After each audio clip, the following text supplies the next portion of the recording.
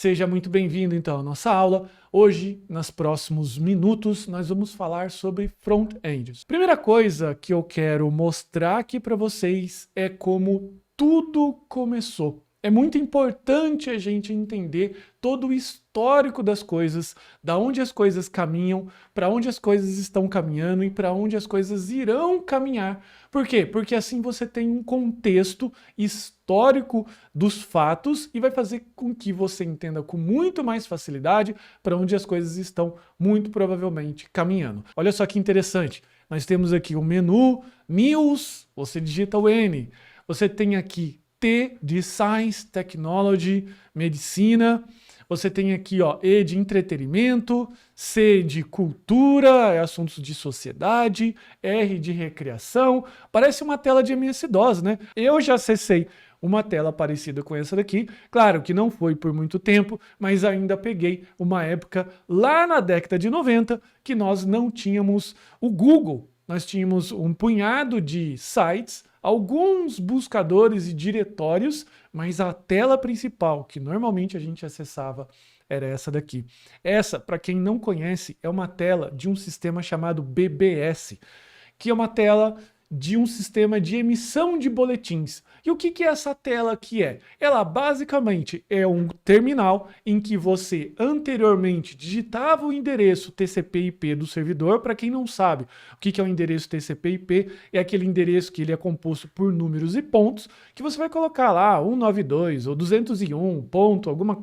Você vai colocar aquele endereço IP, você abria o seu terminal num sistema chamado Telnet e você se dava conta com isso aqui. Então você, através desse sistema, desse aplicativo Telnet, que é um aplicativo que vem, eu acho que ainda vem em todos os Windows, você digita lá Telnet, o endereço do servidor e bum, tá aqui. Tá isso daqui. E é isso que você vinha. Como será que a gente via foto nisso, né? Como será?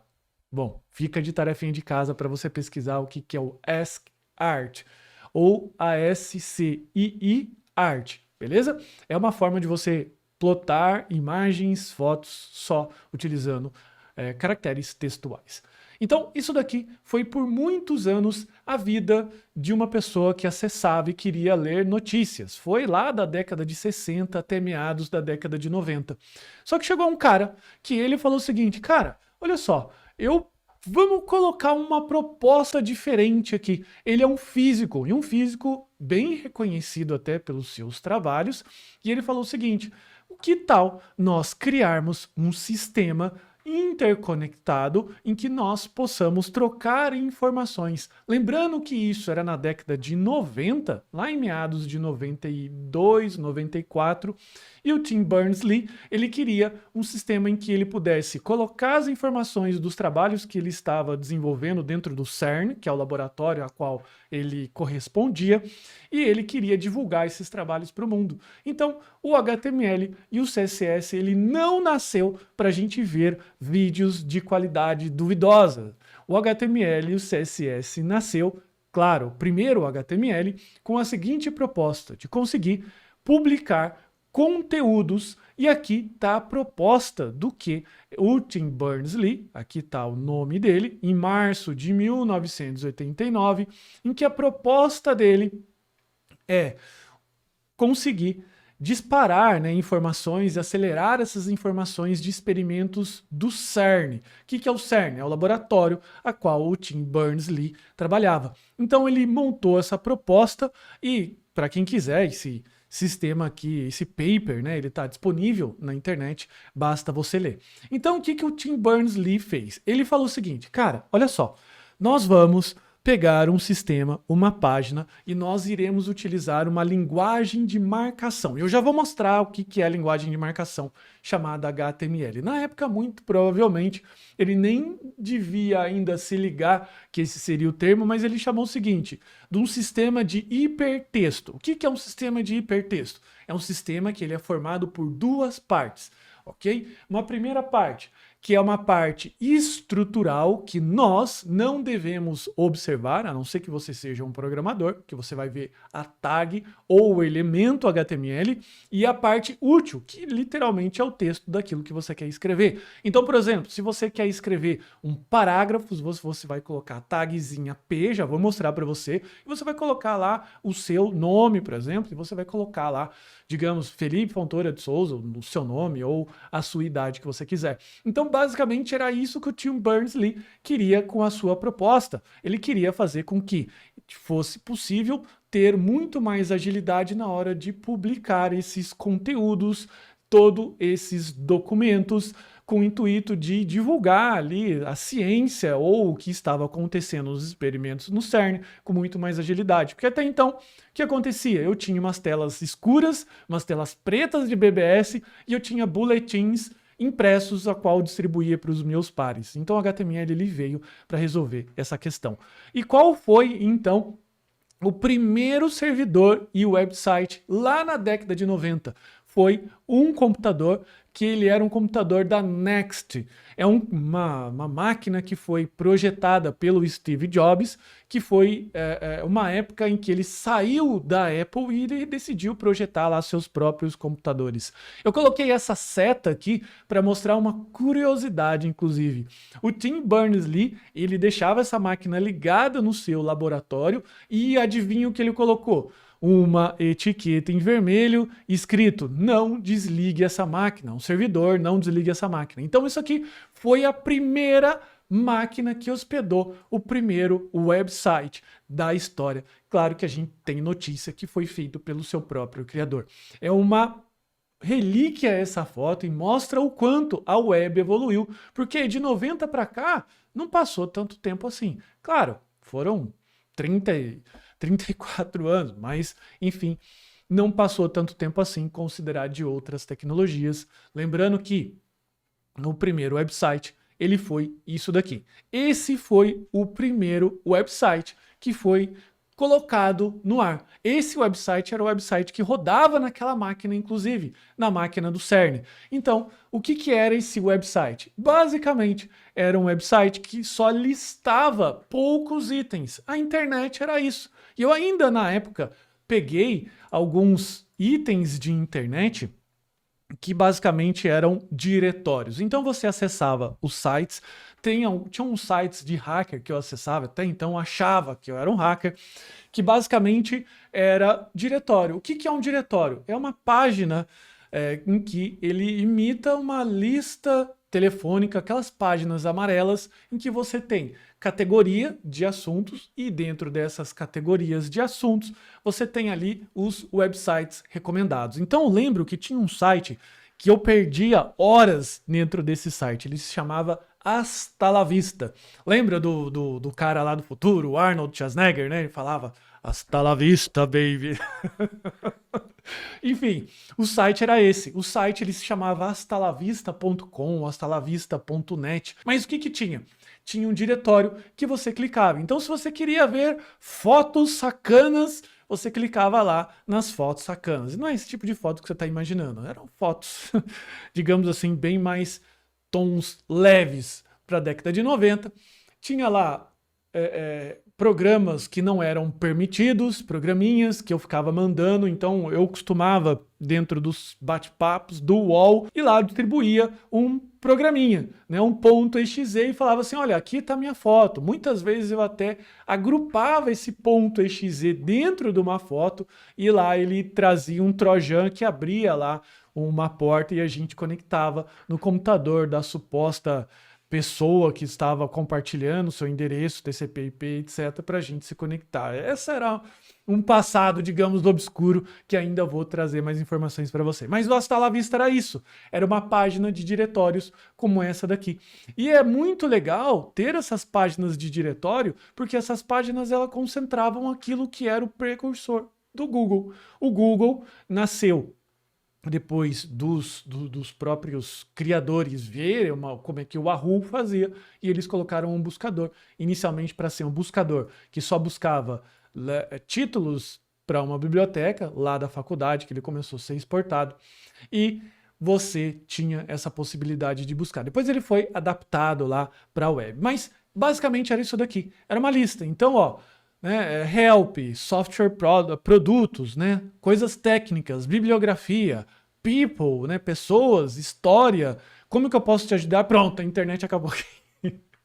Então você vê que é bastante interessante. Então, em meados de 1990, isso era tudo que nós tínhamos para utilizar. Não sei você, o que vocês acharam? Você achou sem graça? Você achou legal? Era isso que você gostaria de ver? Então era por isso que tinham poucas pessoas na internet. E que você tinha para acessar nessa época? Quais eram os navegadores? Quais eram as opções? Esse aqui foi um dos primeiros navegadores, foi o primeiro navegador, digamos assim, que ele foi feito para quê? Para que você pudesse acessar os sites. Então ele se chama Mosaic. E o Mosaic, ele foi um navegador, claro, bastante rudimentar, muito moderno para a sua época lá na década de 90, em que você digitava aqui o endereço, muito parecido com o que a gente tem hoje, só que ele era uma tela, digamos assim, nada bonito, nada elegante para os termos que a gente tem hoje.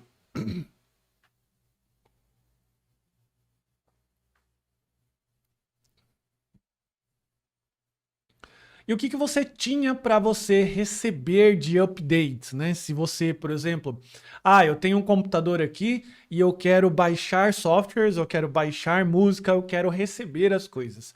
Era isso aqui que você tinha. Você tinha as revistas, que era lá tal CD Expert, eu ainda tinha várias. Há um tempo atrás, eu acho que deve estar tudo na casa da minha mãe, em que a gente tinha essas revistas aqui, e vinha aqui, ó, 400 jogos diferentes, estratégia, educativo, arcade, cassino, e tinha vários outros temáticas de revista. Você ainda tinha os Windows, que também vinha numa caixa bem bonita, que você colocava lá, mas isso era só se você tinha o kit multimídia da Creative. Se você tinha o kit multimídia da Creative, você tinha dinheiro e você tinha possibilidade de você conseguir rodar essas coisas de revistas, que normalmente eram lá programinhas freeware de qualidade muito duvidosa, devia ter vírus pra caramba naquela época lá, e você deixava no seu computador feliz e contente. Então foi uma época muito boa, inclusive bastante saudosa. Então não era nada usual. Por quê? Porque se eu tinha esse navegador para receber os updates, fazer download, ver notícias ou fazer todas as coisas que a gente faz hoje na internet, era isso daqui a possibilidade que eu tinha, ou seja, quase nada. E essa era a outra possibilidade, que só iria funcionar se eu tivesse um kit de multimídia da Creative, super caro, que você comprava separado. Você comprava a torre do computador, daí você comprava um kit separado, que o kit mais caro era o kit embutido. Você embutia isso no seu gabinete lá do seu 486, por exemplo, para você conseguir rodar. Mas só se você tivesse dinheiro, senão você ficava no limbo. Você tinha que ficar fazendo um processo de divisão de disquetes. Então tinha lá o jogo Duke Nukem 3D, que vinha lá 3 disquetes de 1.44 de densidade, que tinha lá o que você queria baixar, beleza? Então esse era o universo, não era nada usual. Ou era o Mosaic, que era um lixo, ou então era um CD que o negócio custava caro e demorava para sair um update lá e você não conseguia usar aquele negócio por conta da qualidade duvidosa. Então tudo que você tinha era uma internet discada que muito chegava a 56, né, K de velocidade por segundo, normalmente ficava em torno de 20 alguma coisa, 18, navegadores precários e CD apenas para quem tinha o kit multimídia. Essa era a minha vida de programador na década de 90. Eu comecei a programar em 97 e essa era a minha vida. Então, quando eu digo para vocês que eu comecei a programar dentro do ambiente em que não tinha nada disso, é verdade. E eu tinha um computador e tinha um livro antigo do MS-DOS, a qual tinha lá os comandos, tinha a possibilidade de você rodar um compilador chamado BASIC, que você digitava os comandos, vinham uns programinhas extras lá. Inclusive, tinha um amigo meu que na época ele tinha internet e eu até usava a internet da escola, ou usava desse amigo. Era uma época gostosa, mas é uma época que eu não quero viver mais. E foi nesse contexto que então nascia o HTML, CSS e o JavaScript. E que significava JavaScript naquela época? E por isso que é importante a gente entender um pouco do contexto histórico. O JavaScript naquela época, ele nasceu basicamente para fazer o quê? Sabe quando você tem aqueles formulários em que você tem eventualmente lá o campo e-mail, você tem o campo nome, você tem o campo telefone.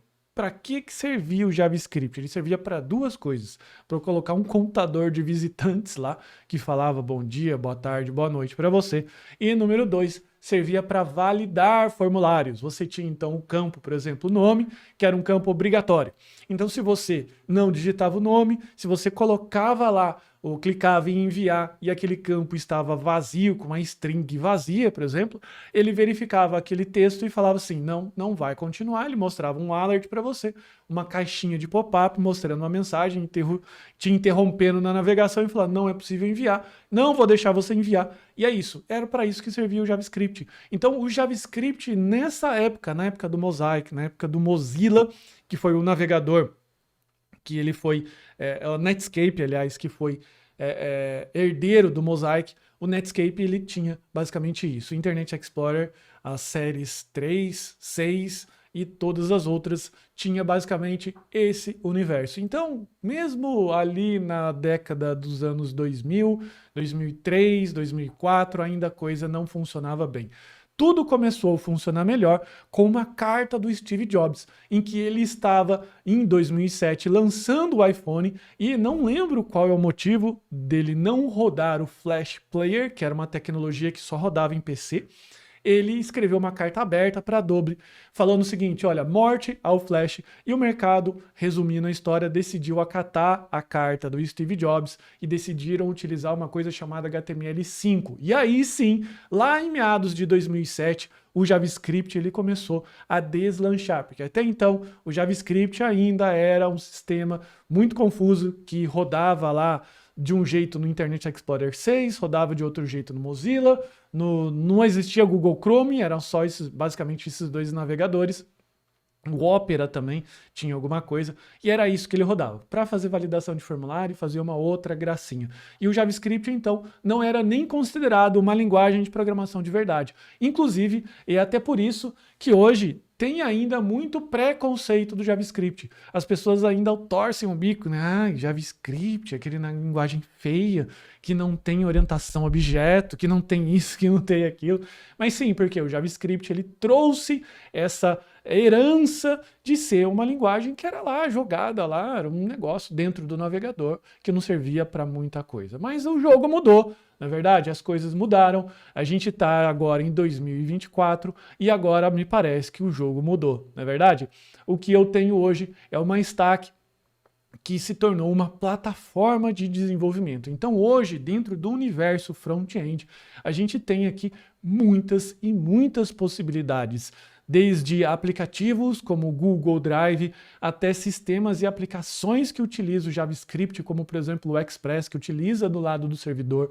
Você tem outras tecnologias que o JavaScript não é a tecnologia principal, mas ele está embutido como solução, como por exemplo o C Sharp, como por exemplo o Android. O Android roda lá a linguagem Kotlin ou o Java, mas ainda assim você pode criar um container web e o JavaScript acaba sendo rodado lá. Então você tem muitas possibilidades. Então hoje a indústria que sempre negou o JavaScript, sempre falou assim, o JavaScript é feio, bobo, não tem muita coisa importante lá, agora incorpora o JavaScript em todas as opções. O que torna uma grande vantagem para o programador que está querendo entrar no mercado, porque agora ele tem muitas opções, mas acaba sendo também, digamos assim, uma maldição para o mesmo programador que agora tem muitas opções para entrar no mercado, ou seja, essa pessoa que hoje quer entrar no mercado acaba ficando confusa. Qual é a sua principal dificuldade hoje? É excesso de conteúdo? É saber com profundidade, por exemplo, assuntos do JavaScript? É não entender como funciona o React? Qual a diferença do Angular, Vue e o React, por exemplo? Se você deveria estudar o front-end ou back-end, são todas essas tecnologias que a gente tem aqui, em que você pode até inclusive estar muito confuso com todas essas situações. Eu mesmo confesso aqui que eu não conheço, não programo em todas essas tecnologias, apesar de reconhecer grandes partes aqui dos ícones aqui que a gente vê, beleza? Então, cada tecnologia ela é utilizada para resolver um problema muito específico. Então, antes eu tinha aquela duplinha, que era o HTML e o CSS, que mostrava uma notícia, mostrava um website, eu tinha um JavaScript que rodava lá num pedacinho do navegador. Agora eu já tenho um sistema inteiro. Eu tenho o que é chamado de stack. O que é uma stack? É um empilhamento que você vai colocando de tecnologias e esse empilhamento ele faz com que forme um bloco só. E quais hoje são as stacks ou a stack mais utilizada? Hoje é esse grupo que é o HTML, o CSS, o JavaScript e o React. Ah, mas eu não gosto do JavaScript, eu acho ele feio, bobo, eu gosto do TypeScript. Não, tá tudo bem. O JavaScript, o TypeScript, aliás, ele é transpilado para o JavaScript, então ele acaba virando lá um JavaScript no lado do navegador e tudo mais. Fica sossegado, fique em paz com isso. Mas hoje, o que eu tenho aqui são todas essas tecnologias aqui que ela forma a sua stack. Então eu vou abrir esses projetos aqui para você vai conhecer esses projetos por dentro e a gente vai entender como essas tecnologias aqui elas trabalham em conjunto, porque até então não era possível. Então o primeiro projeto é o projeto do ping-pong, o segundo projeto é o gerador de senha e o terceiro projeto é o sistema de pedido online, que você vai entender finalmente como que você consegue fazer um sistema de iFood lá, muito parecido com o do iFood, claro, com as devidas proporções, né, de sistema, porque o iFood é um sistema gigantesco, mas aqui é um iFood educacional, que você consegue colocar isso aqui no ar e, enfim, fazer o que você bem entender com isso, fazendo um comércio na sua cidade ou então para fins de portfólio, beleza? Então, vamos lá. Vamos começar a ver aqui, então, o jogo do ping-pong. E olha só que interessante, é possível a gente criar um jogo aqui só utilizando um HTML5 e CSS3. Como é que isso é feito, hein? Olha só, que interessante. Então, a primeira coisa que a gente precisa entender que quando nós vamos programar em HTML, o HTML em si, ele é uma das camadas. Lembra que as coisas são feitas aqui em stack, ou seja, em camadas. E a primeira camada aqui que a gente trabalha é a camada do HTML. E o HTML em si, ele tem essa estrutura, digamos assim, própria dele, que foi a estrutura que lá o Tim Berners-Lee ele idealizou e que depois as coisas foram sendo melhoradas. Então o HTML em si, ele é um documento de texto que você consegue abrir, você consegue visualizar, tanto se você quiser hoje, por exemplo, olhar aqui no HTML que está sendo feito aqui do Google, né? Você consegue, então se você quiser aqui, você tem a visualização de todos os elementos, é claro, não é muito prático. Se eu quiser ver aqui o código-fonte do Google, estou pegando pesado, mas se você quiser ver aqui todo o código da página HTML que o Google mostra, você também consegue. Então, o HTML em si é uma documentação, um documento que é chamado documento hipertexto, a qual você tem essa estrutura básica, ok? Em que você coloca o doctype, para que você force o navegador a entender que aquilo é um HTML5.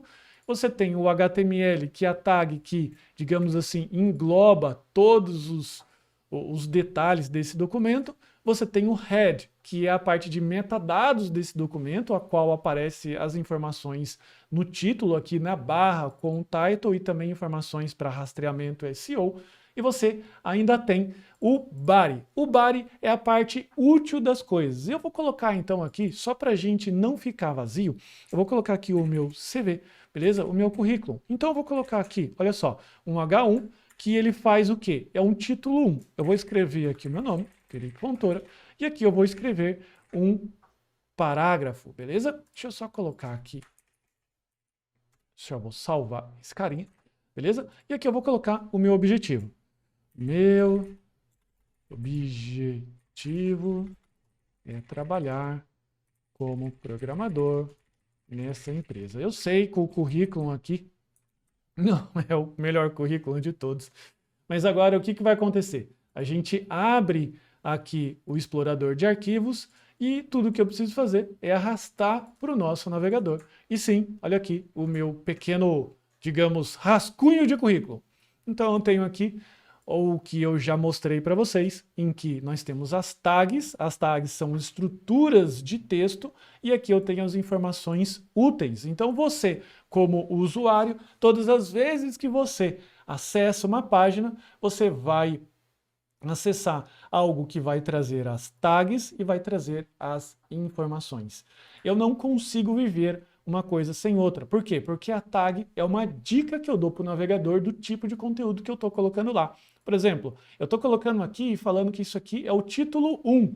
Perceba que o navegador ele já colocou aqui o meu nome de uma forma mais destacada. Esse já é um estilo que vem padrão com a tag H1. Se eu quiser modificar aqui o estilo do texto, se eu quiser mudar de cor, por exemplo, eu utilizo aqui uma tag Style, em que eu tenho a possibilidade de modificar o meu H1, e aqui eu posso colocar, eventualmente, a cor que eu quiser. Então, vou colocar aqui Color Blue, ok? E eu tenho, então, a cor azul. Isso daqui é a parte rudimentar do HTML. E é esse HTML que roda lá no site do CERN, lá, até hoje, um dos primeiros websites que o Tim Berners-Lee programou. Ele programou o HTML desse jeito, e é desse jeito que ainda está lá, beleza? E como que trabalha dentro do ambiente, que é um ambiente um pouco mais complexo, como, por exemplo, o jogo do ping-pong. Veja, o jogo do ping-pong, ele trabalha muito com a parte do JavaScript.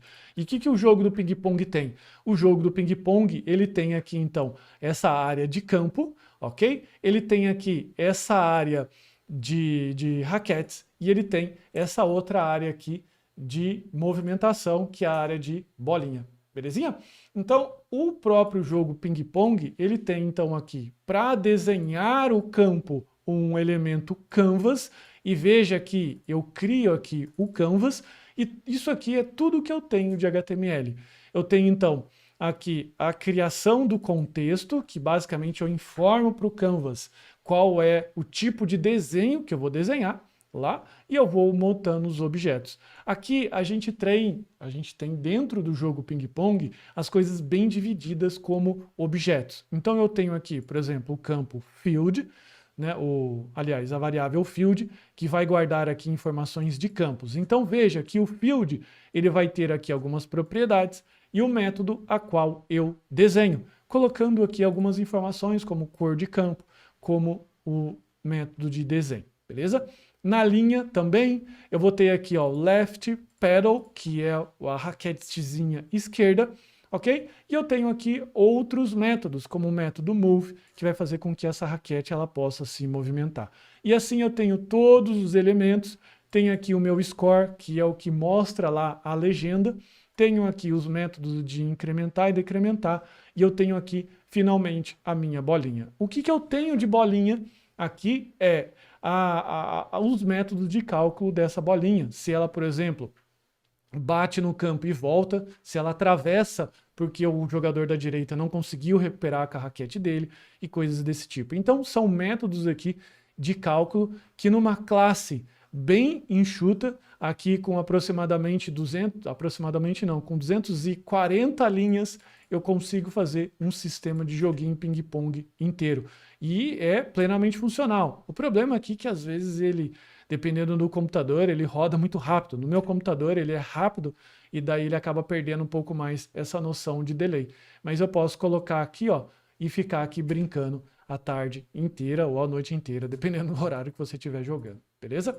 E o gerador de senha? Bom, o gerador de senha, ele já é um programa totalmente separado, ele é à parte, porque ele é um utilitário. E você pode estar vendo aqui o gerador de senha e tá até pensando, né? Poxa vida, para que eu preciso de um gerador de senha? E o gerador de senha é um daquele tipo de projeto que você basicamente vai utilizar para colocar uma propaganda. Se eu entrar aqui no Google hoje, já mostrando a utilidade de um gerador de senha, eu vou colocar aqui, ó, Strong Password Generator, beleza? Se eu clicar aqui, eu vou tirar os meus shields e ele vai mostrar aqui, olha só, várias propagandas aqui, mostrou do Business, mostrou outra aqui do Microsoft Azure, e eu tenho então aqui um sistema que gera senha. Ter geração de senha forte é importante? É importante pra caramba, entende? E se o seu site estiver bem posicionado no Google, você vai ter o quê? Então, a possibilidade de ganhar com propagandas, além de ter o seu próprio gerador de site, que vamos combinar, é uma coisa legal pra caramba, beleza? Como que a gente trabalha aqui com gerador de site? Explico. Deixa eu só fechar essas janelas. Então, o gerador de senha, como é que ele funciona? O gerador de senha, ele já é um sistema de geração em que ele vai trabalhar com os seguintes elementos. Aqui ele tem ainda um título, na sequência ele tem uma breve descrição, e o que eu tenho aqui, basicamente, é um input. O que é um tipo input, que é esse campinho aqui? É aquele campo de formulário que você pode digitar. Ele até permite digitar aqui, nem deveria, mas ele permite digitar aqui e ele permite com que você possa copiar com uma certa facilidade. Em vez de colocar num outro tipo de elemento, eu preferi deixar aqui no input. E aqui então eu tenho mais dois botões, um de copiar, que ele até coloca um flashzinho aqui, que é esse botão aqui, copy, e eu tenho o botão de renew. O que é o botão de renew? É o botão que renova. Logo mais aqui abaixo eu tenho as opções de marcar se ele vai gerar com tudo que ele precisa de símbolos, caracteres especiais, letras maiúsculas, minúsculas e também o tamanho. Perceba que aqui embaixo também ele tem uma barra. Essa barra aqui é uma barra em que ele diz eventualmente para o usuário se eu estou com uma senha segura. Então, se eu tenho uma senha aqui com 45 caracteres especiais, números, símbolos, muito provavelmente essa senha é segura. O duro vai ser decorar isso aqui, na verdade. Mas, normalmente, a gente deixa aqui com 16 caracteres, funciona bem. Então, o que eu tenho? Essa primeira parte aqui com o input, os botões, e eu tenho aqui esse indicador de barra de segurança, e eu tenho as outras partes aqui. O que eu tenho aqui de especial é essa barra que se chama slide ou range, né? Que é uma barra em que eu posso deslizar de 6 até 64. Então eu tenho aqui, ó, até o número 64, um password gigante, beleza? E basicamente eu tenho checkbox aqui que marcam os símbolos, números e caracteres especiais. Mas até então, isso daqui é apenas o HTML. O CSS em si, ele está aqui dentro do style, que ele tem mais algumas outras configurações, já é um pouquinho mais extenso, mas digamos assim, o segredo está logo mais aqui abaixo. Como é que eu faço para colocar um HTML um pouco mais elaborado dentro de uma tela dessa daqui? Como é que eu faço? Bom, primeira coisa que a gente faz aqui para poder gerar esses caracteres é receber aqui qual que é o elemento que contém o password gerado, no caso esse input, e depois o indicador de barra e os seus checkbox, que eu posso fazendo com isso daqui. Se eu pego os elementos, o que eu tenho então na sequência, uma variável que contém aqui qual que é o tamanho do password e a função que gera password. Olha só que função interessante. Eu tenho uma função que ela tem todos os caracteres, tenho todos os caracteres maiúsculos, todos os números e símbolos. Se você for uma pessoa um pouco mais atenta, você vai perceber aqui, por exemplo, que nos números eu não tenho os números 0. Por que eu não tenho o número 0? Porque o número 0 eles confundem com o. E eu não tenho o O aqui também, ó. Também não tenho o O. Assim como eu também não tenho outros caracteres aqui. Eu não tenho o caractere I. Por quê? Porque o caractere I ele pode se confundir com o 1. Então a gente criou aqui uma função de geração de password que ela possa ser aqui uma função que não acaba induzindo menos a erros. Eu tenho então na sequência aqui qual que é as opções. Então se eu chequei aqui que eu quero os caracteres de uppercase, eu trago então os caracteres de número. Se eu chequei aqui que eu quero os outros caracteres aqui, eu vou adicionando no chars. E aqui eu tenho a função que ela literalmente gera uma senha nova. É uma função que ela traz aqui um looping que vai de 0 até o tamanho do meu password e eu vou aqui sorteando números aleatórios e vou pegando a partir da posição que ele definiu qual é o caractere especial. Então, se ele, dentro de uma string de, por exemplo, 128 caracteres, somando aqui números minúsculos, maiúsculos, o que eu faço? Eu vou, por exemplo, pinçando essas posições e vou jogando dentro dessa variável e depois dessa variável eu vou colocando de volta dentro do meu campo. A função que calcula a quantidade ou melhor, a qualidade, é uma função que ela vai calcular aqui a porcentagem em função do que eu tenho de tamanho, em função se eu chequei lá se eu quero maiúsculo, se eu quero minúsculo, e eu vou colocando aqui potenciais de criticidade. Por exemplo, se a porcentagem tiver maior que 69, eu coloco aqui uma classe significa safe. O que é a classe safe? É o campinho em verde, beleza? E assim a gente vai colocando outras opções aqui. É um tipo de desenvolvimento JavaScript que nós chamamos de desenvolvimento vanilla ou JavaScript puro. A função que faz build desse JavaScript aqui, inclusive, a única coisa que ela faz é minificar o meu JavaScript, deixando o meu HTML desse jeito, bem compacto. Mas ela não muda o HTML. Então você começa a perceber que só com o HTML moderno, junto com o JavaScript moderno que nós temos hoje, faz com que você já consiga criar um sistema gerador de senha como esse daqui. Inclusive, você consegue colocar propagandas. Olha só que interessante, a gente pode criar todo um sistema com um simples JavaScript. E eu sei que eu já falei um pouco sobre esse site, asloterias.com.br, que é claro, é um site um pouquinho mais elaborado, mas é um tipo de site que eu quero mostrar para você como que você consegue, com um sistema que é, por exemplo, um gerador, como esse gerador que eu tenho de senha, gerar o número de Mega Sena. Esse site aqui é desenvolvido por uma pessoa que eu conheço, particularmente é um meu amigo, e ele fatura aqui aproximadamente de 7 a 10 mil reais, de acordo com o que ele comentou comigo, né? Dependendo, claro, do momento que está acontecendo. Se é mega da virada, obviamente que ele vai faturar um pouco mais com propagandas. E ele coloca várias propagandas aqui, e só com esse gerador aqui ele já conseguiu muita coisa. Tem um outro exemplo também de site, que é o fordevs.com.br. Se você clicar aqui, por exemplo, no gerador de CPF, para gerar CPFs para testar software, você também tem essa possibilidade. Aqui é que eu navego com o bloqueador de anúncio, mas se você tirar aqui, você vai ver N outras publicidades.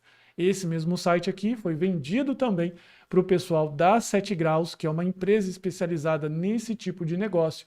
E, na época, esse mesmo amigo meu vendeu esse site aqui por 190 mil reais. Então, veja que um gerador de senha com esse nível de facilidade aqui de implementação é muito bem-vindo. Por quê? Porque você consegue desenvolver uma coisa simples, colocar ali propaganda e é útil só com JavaScript Vanilla. E você pode ainda trabalhar isso aqui trabalhando dentro do mobile. Então, se você deixa aqui ele mais compacto, ele se ajusta. Ele é responsivo. Agora, se você tiver interessado em avançar ainda mais, você tem que conhecer o sistema de pedido online. O que é o sistema de pedido online? O sistema de pedido online ele é composto por duas partes. Pelo front-end, que é essa parte que a gente está vendo aqui, e pelo back-end, que tem a parte de banco de dados. Eu vou mostrar, obviamente, aqui só a parte do front-end, que é a temática da nossa aula de hoje, beleza? Mas é muito interessante você ver como que você consegue trabalhar dentro de um contexto de projeto que é um projeto muito mais robusto. E por ser robusto, ele utiliza o React. E qual que é a diferença do React para o JavaScript puro? Bom, primeira coisa que é muito importante a gente destacar, que o React, ele nada mais é do que uma biblioteca do JavaScript. Ele é feito em JavaScript. Então, se você programa em React, você programa em JavaScript automaticamente, ok? É muito importante você saber disso, até para você entender o que você precisa estudar. E, claro, estudar lá o desafio 30 dias, que aqui tem tudo o que você precisa, os tópicos de estudo base para você aprender bem o React, beleza? Então, quando você está trabalhando aqui dentro de um projeto maior, você tem que entender que você tem algumas necessidades muito específicas que são importantes que estejam bem organizadas. Como assim? Se você for analisar na perspectiva aqui do aplicativo, você tem então uma área de topo, você tem um menu que você pode, inclusive, navegar aqui por ele, óbvio, né? O menu é feito para navegação, mas você pode mudar de página, você ainda tem os objetos que você pode querer comprar, os hambúrgueres, pior que uma hora dessa dá um pouco mais de fome. Você tem ainda outros elementos, como por exemplo, dentro do elemento de solicitação aqui do alimento, você tem aqui os as bandeirinhas de notificação, você pode ir interagindo, então ele vai aumentando o preço, a quantidade, e você tem aqui, por final, o seu carrinho, que basta você clicar aqui no finalizar pedido, preencher as informações com o seu cartão de crédito real, ele vai cobrar realmente. Então, se você colocar seu cartão de crédito, ele vai cobrar os R$ 180 lá, beleza? Então, o que eu tenho aqui de organização? O sistema de pedido online, ele já foi feito em React. Por quê? Porque o React já proporciona você fazer projetos maiores, mais robustos. Então aqui, tudo que nós temos são as páginas. Então tem uma página de burger, que é uma página que quando você olha ela, você fala assim, poxa vida, como uma página que lista hambúrgueres, tem aqui todas as ações, só tem 18 linhas. Olha só, eu vi aqui o JavaScript Vanilla anterior que tinha 224 linhas. Por que tem essa diferença? Bom, essa diferença existe porque o JavaScript Vanilla ele tem uma forma diferente de organizar. Você tem que colocar tudo dentro do seu HTML. Claro que dá para fazer importação de um arquivo ou outro, mas não é muito prático assim como você faz no React. E o React não.